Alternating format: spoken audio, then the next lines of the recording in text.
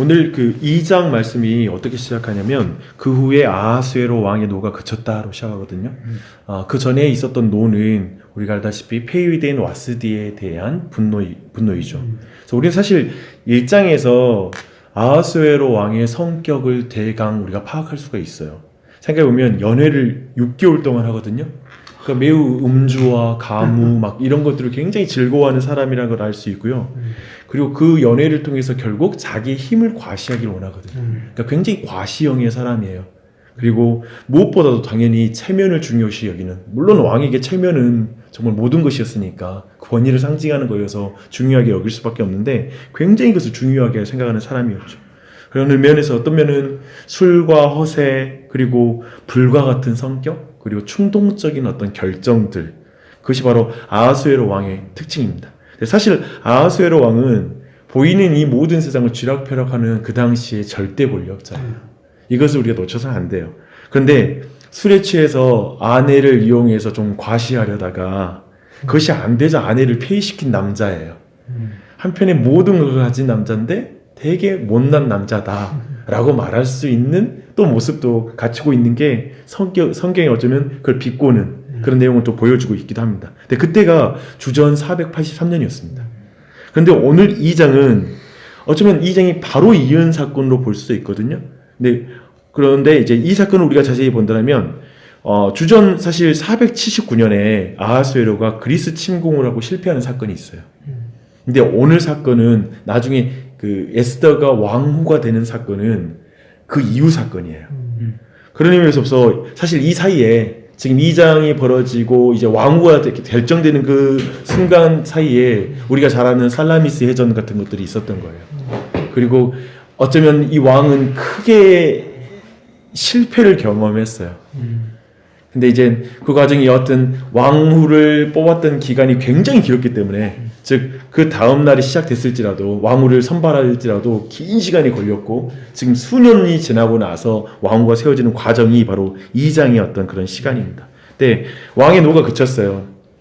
근데 오늘 말씀 딱 보잖아요. 그 2장 1절 보면 와스디와 그가 행한 일과 그에 대하여 내린 조서를 생각하거늘 이란 거 봤을 때 와스디를 폐위시키는 일이 매우 충동적으로 진행되었다는 걸 스스로 후회하고 있는 그 느낌을 줘요. 그리고 왕은 이제 와스디를 대신할 왕을 뽑자는 이제 신하의 제안을 받아들입니다. 여기서 놓치지 말아야 할 것은 하나님의 보이지 않는 손이 지금 부지런히 일하고 있다는 거예요. 지금 에스더가 왕비가 되기 위해서 순간, 충동, 후회 이런 모든 단어가 사실은 그걸 말해주죠. 순간이 없었다면 그리고 충동 그리고 후회가 없다라면 사실은 정말 하나님의 손이라고 보기는 어렵잖아요. 근데 하나님이 이 모든 것에 손이 있는 거죠. 이 왕비를 뽑는데 상당한 시간이 소요된 것으로 보입니다. 이제 황후 선발대회가 시작되거든요. 근데 오전에는 드디어 모르드게가 먼저 등장합니다. 근데 그는 귀환하지 않고 바사 땅에 그대로 남아있는 유대인이라는 게 또 중요해요. 분명 고레스 왕 때에 적극적으로 유대인들 귀환을 허락했거든요. 근데 그걸 감안하면 그리고 이스라엘에게 땅은 굉장히 중요하잖아요. 이스라엘에겐 땅이라는 의미는 곧 언약의 땅이니까 그 나라의 땅이니까 그 땅에 돌아가는 게 굉장히 중요하잖아요. 그런 의미에서 그 땅에 그냥 남아있었다라는 의미를 어떻게 봐야 할 것인가. 그 남아있는 사람들의 신앙적인 상태 여러 가지 어떻게 평가할 것인가는 여러 가지 우리가 생각해 봐야 될 지점입니다. 중요한 것은 이제 하나님은 고국에 돌아간 유대인만이 아니라 바사에 남아있는 유대인들까지도 하나님의 관심 안에 있다는 거예요. 이것이 에스더의 중요한 관심입니다. 모르드게를 이제 소개하고 에스더를 소개해요. 에스더는 모르드게의 사촌동생이에요. 그러니까 우리는 일반적으로 모르드게가 에스더의 삼촌이라고 부르잖아요. 삼촌이 아니라 사촌 오빠예요. 그렇죠? 그런 의미에서 보고 있는데 그런데 여기서 우리는 근데 그 에스더가 황후가 되는 과정에 이제 그 모르드게가 동참한 문제를 어떻게 봐야 될지를 한번 우리가 볼 필요가 있습니다. 특별히 또 에스더 또한도 지금 황후가 되는 그 컨테스트라고 해야 되나요? 미녀를 선발하는 그 황후를 선발하는 과정에 참여를 하고 있잖아요. 근데 사실 신명기는 이방인과의 결혼을 금지하고 있어요. 그리고 이 당시에도 이방인과의 결혼을 굉장히 금지했어요. 나중에 유대인들이 돌아갔을 때 이제 느헤미야 때 그리고 그 전에 보면 이방 여인들과 결혼하는 문제가 나타나거든요. 그 부분에서 엄격하게 그 당시에도 금지하고 있거든요. 근데 그 부분에 대해서 그런데 이제 적극적으로 왕과 결혼하기 위해서 지금 이 결혼하는 그 미녀들을 선발한 그 대회 가운데 지금 참여하는 거잖아요. 혹시 너무 아름다워서 붙잡혀 들어간 거 아닐까라고 생각할 수도 있는데 사실 황후를 뽑기 위해 강제로 여인들을 차출할 필요는 없을 것이다. 당연히 사람들이 이쁘면 참여할 수 있는 문제가 되니까요. 더하여 11절을 보니까 모르드게가 날마다 후궁들 앞으로 왕래하며 에스더의 완부와 어떻게 될지를 물었다고 나와요. 라는 걸 볼 때 굉장히 뭔가 모르드게가 여기에서 역할이 있다라는 우리가 느낌을 줄 수가 없습니다. 그리고 7절과 15절 보니까 에스더는 모르드게가 딸과 같이 키운 사람이에요. 절대적인 영향력이 있는 거예요. 아마도 너무나 아름다운 에스더의 미모를 보면 모르드게는 어느 정도 이 일에 도전할 마음이 생겼고 계획을 품은 것 같아 보입니다. 이렇게 보면 모르드게와 에스더의 됨됨이가 점점 분명하게 드러나요. 사실 왜 이 부분이 중요하냐면 우리는 모르드게 에스더를 나중에 이제 그 민족을 위해서 희생하고 용기를 내는 장면 때문에 그 전의 모습에 대해서 거의 간과하거든요. 근데 그 부분, 이 부분이 굉장히 중요해요. 최소한 모르드게는 신명기 말씀을 적극적으로 어기고 있다는 거예요. 지금 왕비가 되는 과정은 결국 왕과 잠자리를 하고 나서 결정하는 과정이거든요. 이해되시죠? 그러면서 대부분 하룻밤을 자고 나서 왕이 부르지 않으면 평생 그냥 독수공방하고 사는 거예요. 왕의 여인이었기 때문에 다른 남자에게 갈 수가 없는 거예요. 왜 모르드게는 그런 길로 에스더를 몰아넣었을까라는 걸 생각해 볼 필요가 있고, 또 순교를 이루는 부분은 당연히 유대인에게 있어서 신명기에 있어서 그건 엄격하게 금하고 있는 부분이기 때문에 지금 순교를 잃어버리는 걸 감안하고 이 일에 도전하는 거예요. 그리고 실제로 왕비가 될 수 있는 가능성도 우리가 모르는 상황에서 그런 상황. 이래서 여기서 우리는 근본적으로 모르드게는 어떤 사람인가 라는 걸 우리로 하여금 질문하게 하는 장면이죠. 결정적으로 모르드게와 에스더를 잘 드러내는 것이 10절이에요. 10절 함께 읽어볼게요. 에스더가 자기의 민족과 종족을 말하지 아니하니 이는 모르드게가 명령하지 말하지 말라 하였으니라. 지금 모르드게가 에스더에게 자신의 정체성을 숨기려고 말을 해요. 그 정체성을 숨기면 결국 율법이 그만 음식을 먹어야 되는데 그 부분도 어느 정도 타협했다라는 말로 받아들일 수 있거든요. 유대인으로서. 그러니까 그 정체성을 숨기면 아마도 그 정체성을 가지고서는 아마도 왕비가 되기는 어려운 그 당시에 뭔가 유대인에 대해서 부정적인 그리고 그런 상황이었다는 걸 조금은 우리가 짐작할 수가 있습니다. 그러나 분명 왕비가 되기 위해 자칫 하룻밤의 여인이 될 수 있는데도 불구하고 지금 적극적으로 자신의 정체성을 감추면서까지 그 일을 감수하고 있어요. 근데 그런 면에서 볼 때 우리는 모르드게에게서는 매우 적극적으로 세속화된 하나님의 사람? 이가 믿음이 없다고 말할 수는 없어요. 유대인으로서 정말 교회 안에 익숙해진 사람인 거예요. 그리고 그 신앙적인 교육을 받아온 거예요. 하지만 그는 어떤 면에 적극적으로 자신의 정체성을 지우는 유형의 사람의 대표라고 볼 수 있습니다. 반면에 에스더에게 강조되는 건 뭐냐면 수동적인 면이에요. 아버지와 같은 모르드게의 말을 그대로 따라서 정체성을 숨기고 가는 거예요. 아마도 미녀들에 참여하는 것도 황후가 되는 과정에 참여하는 것도 모르드게가 주도하고 거기에 순종해서 나갈 가능성이 컸을 거예요. 왜냐하면 기록을 보면 그렇게 황후가 되고 싶어서 적극적으로 뛰어든다라는 느낌? 물론 그런 느낌도 있긴 하지만 막 그런 부분보다는 그냥 주는 거대로 받아서 나아가고 특별히 더하여서 뭘 구하지 않고 하는 이런 장면들이 이어지고 있습니다. 근데 저는 그럼에도 불구하고 에스더 또한도 자신의 정체성을 숨기고 있는 거예요. 2장 20절 보면 또 에스더의 수동적인 면을 보여주는 말씀이 있거든요. 에스더는 모르드게가 명령한 대로 그 종족과 민족을 말하지 아니하니 그가 모르드게의 명령을 양육받을 때와 같이 따름이더라. 늘 그냥 모르드게 말 따르는 거예요. 에스더는 철저히 수동적이에요. 분명 에스더는 왕의 눈에 덧띄려고 적극적으로 달려드는 모습으로 보이지 않아요. 그러면서 수동적으로 이 일에 참여하지만 결국 모르드게의 말대로 따르는 유형이에요. 친구 따라 강남 간다라는 유형이기도 하죠. 여하튼 모르드게 에스더 모두가 지금 왕비가 되기 위해서 유대인으로서의 정체성을 숨기는 거예요. 그리고 자신의 삶에 하나님을 지우는 것을 기꺼이 감수하는 거예요. 여기에서 우리가 모르드게와 에스더의 신앙의 상태 됨됨이를 짚고 가는 건 굉장히 중요합니다.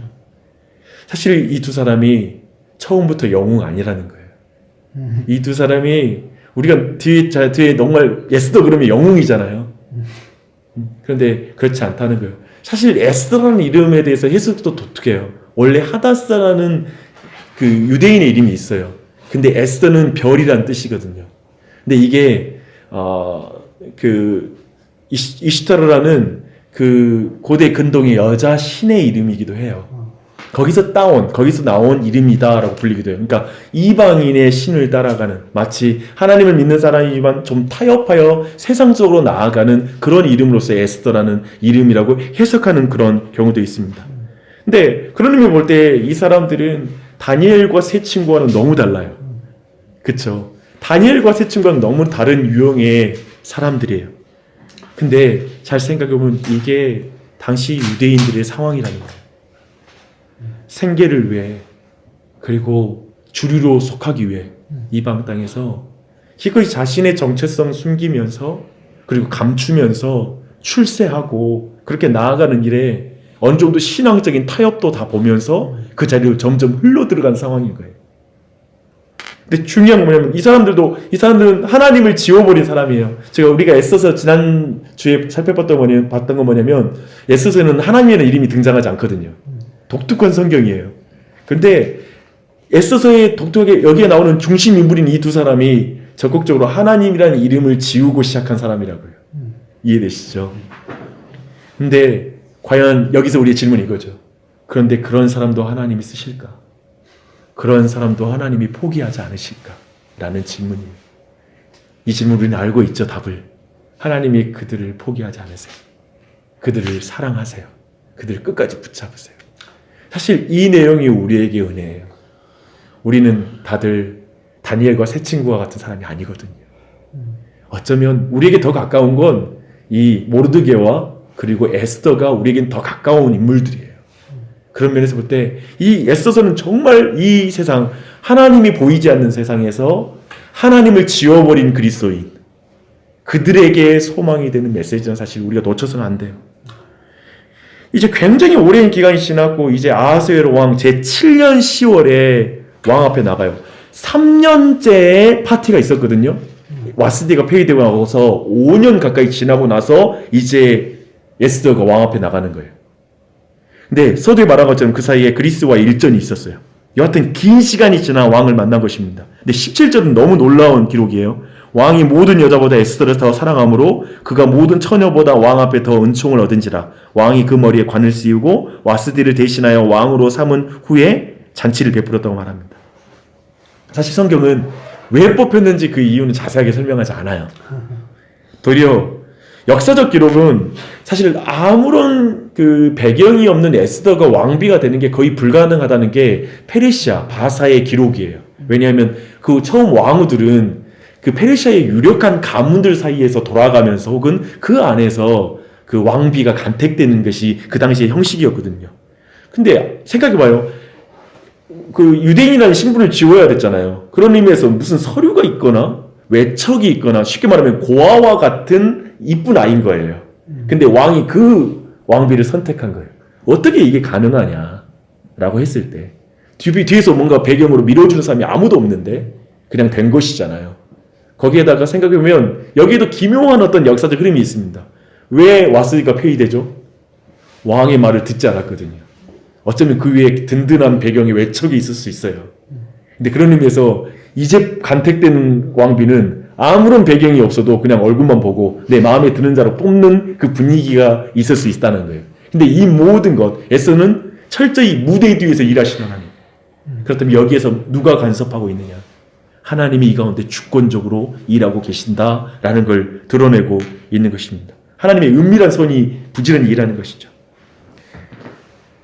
이제 말씀 마무리할게요. 사실 그리스도인들은 마치 세상의 포로가 되는 것 같은 삶을 살아가는 것 같아요. 사실 우리 모두가 바벨론 유배지에서 살듯이 이 땅을 살아가는 것. 세상에 힘 있는 자들이 여전히 있잖아요. 그리고 권력을 가진 자들, 그리고 모든 경제력을 가진 자들이 우리의 주위에 널려 있잖아요. 근데 그런 상황 속에서 어쩌면 우리 모두가 나그네의 삶을 살아가는 것 같아요.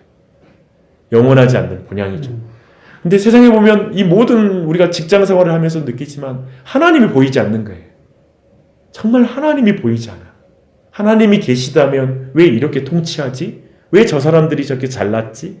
라고 그렇게 말하는, 왜 의로운 사람들이 고난을 당하지? 라고 하는 그런 상황들이 우리의 죄에 가득해요. 그것만이 아니라 문제는 또한 우리가 그런 처한 상황에서 우리 자신이 우리의 정체성을 지우고 살죠. 적당히 타협하고. 그런 처한 상황에 동화되어 버린 문제. 혼합주의가 되어버린 신앙들. 돈도 좋고 하나님도 좋고 그런 마음들. 다 섞여버린 마음들을 어떻게 할지 모르겠어요. 근데 그런 순간에 우리에게 그래서 가장 큰 질문이 이거예요. 도대체 숨어 계신 하나님 뭐하고 계십니까? 숨어 계신 하나님. 그러니까 하나님이 숨어 계시는 것 같아. 내 삶에서. 그런 순간이 우리의 삶에 있어요. 생각해보면 그럼에도 불구하고 보면 사실 오늘 말씀의 결정적인 말씀을 보면 우리의 실수, 우리의 넘어진, 우리의 타협, 우리의 비겁함, 그런 모든 우리의 연약함, 그것이 버물려진 우리의 인생, 그런 인생을 살아가는 우리에게 하나님의 목적이 기어코 이루어진다는 거예요. 하나님은 그 목적을 결코 포기하지 않으신다는 거예요. 만유의 왕께서 그 보이지 않는 하나님처럼 보이지만 진정한 왕께서 지금 아하스웨로 왕, 그보다 더 크신 왕께서 일하고 계시다는 사실입니다. 이것을 붙잡으라. 이것을 잊지 말라고 하는 게 이 장의 중요한 메시지이죠. 그래서 차근차근 말씀을 살피겠지만 오늘도 여러분 각자 위로하고 말씀으로 격려하고 싶어요. 지금 이곳 가운데 하나님 일하십니다. 보이지 않는 것 같지만 부지런히 일하고 계십니다. 그 소망을 붙잡고 우리 가운데 일하신 하나님을 잊지 말고 또 그분을 의지하여 나아가는 또 남은 한 주가 되었으면 좋겠어요. 아멘. 은혜가 넘치기 바랍니다. 네, 기도하겠습니다. 하나님 아버지, 오늘 이렇게 에스더 2장의 말씀을 통하여서 우리를 돌아봅니다. 적극적으로 자신의 정체성을 지운 모르드게에서 나의 모습을 보고 수동적이지만 환경 때문에 어쩔 수 없었어요 라고 말하면서 세상과 타협하는 에스더와 같은 모습 또한도 우리에게 보입니다.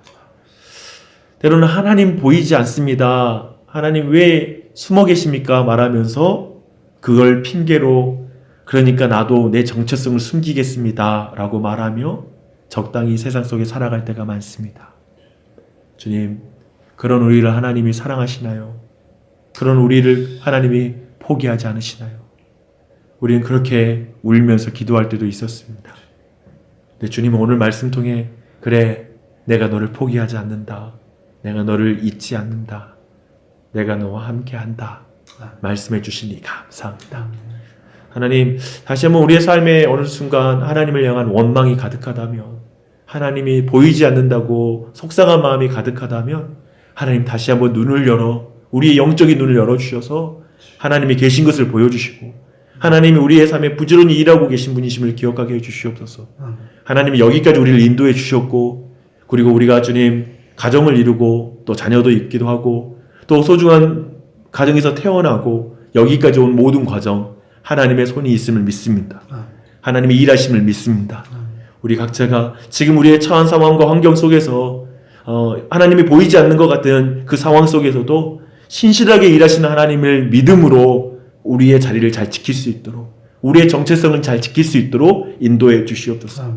우리 하나님 사랑하는 지체들 성령님으로 충만하게 하여 주시고 우리 농교회원 식구들 모두 은혜가 넘치게 해주셔서 이곳 가운데 우리에게 주신 사명을 충실하게 잘 수행할 수 있도록 은혜 베풀어 주시옵소서. 아멘. 다시 한번 우리를 영적으로 새롭게 해주시기를 간구하며 예수님의 이름으로 기도합니다. 아멘. 아멘.